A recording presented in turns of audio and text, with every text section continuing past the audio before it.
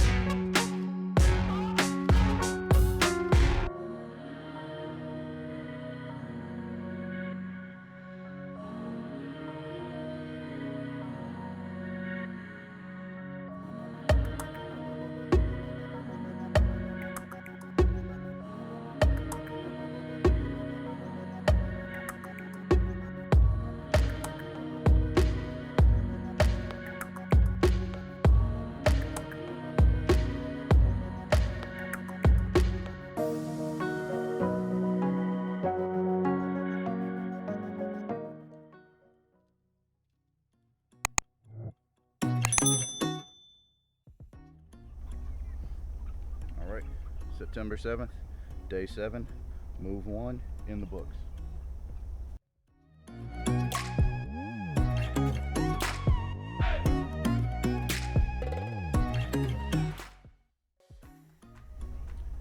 See you guys tomorrow. All right, we got some bonus material. Karen left the nipple feeders. So these are the feeders right here. They'll be mounted underneath the bucket. The bucket will be hung by its handle, and feeders will be mounted underneath, suspended up above the chickens so that they have access to water. 5 gallons instead of the 2 gallons that we got up there right now. So 3/8 inch drill bit. I'm gonna do 5. The recommendation is that there's 1 nipple feeder for every 10 chickens. So 4 would be fine, but there have been several reports of algae, bugs, dirt, gunk getting in the water, clogging up the nipple feeders. So I'd rather have too many than not enough, because in that way we can pull, you know, once we empty the bucket, or once the bucket is empty, we can pull nipple feeders. We can try to either replace them, we can try to clean them and repair them, but either way, I'd rather have 5 feeders. That's enough for 50 birds. We've got 36 in there. It's Florida, it's hot, it's humid. Chickens can't sweat, they pant. Hopefully there's enough shade provided by the tarp and the positioning of the tractor to make sure that they're not getting crushed by the sun. They are kind of along a tree line or next to a tree, so hopefully that additional shade helps. But hey, let's put in 5 feeders and let's see if this helps, because then we could fill up the bucket from behind the tractor without ever having to remove the waterers. So let's get after it.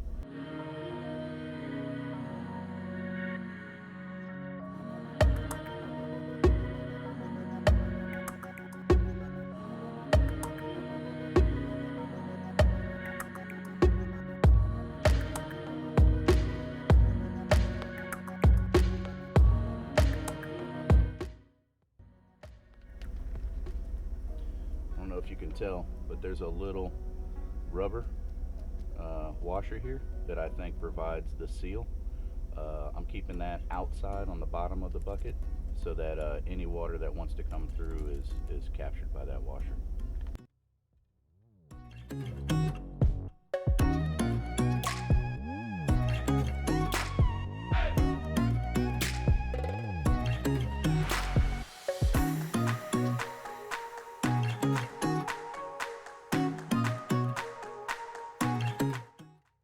Five nipples. Another improvement. Now's my least favorite part, tying it up. Man, I suck at knots. I was a bad Boy Scout, and that is definitely a weakness of mine that I need to work on.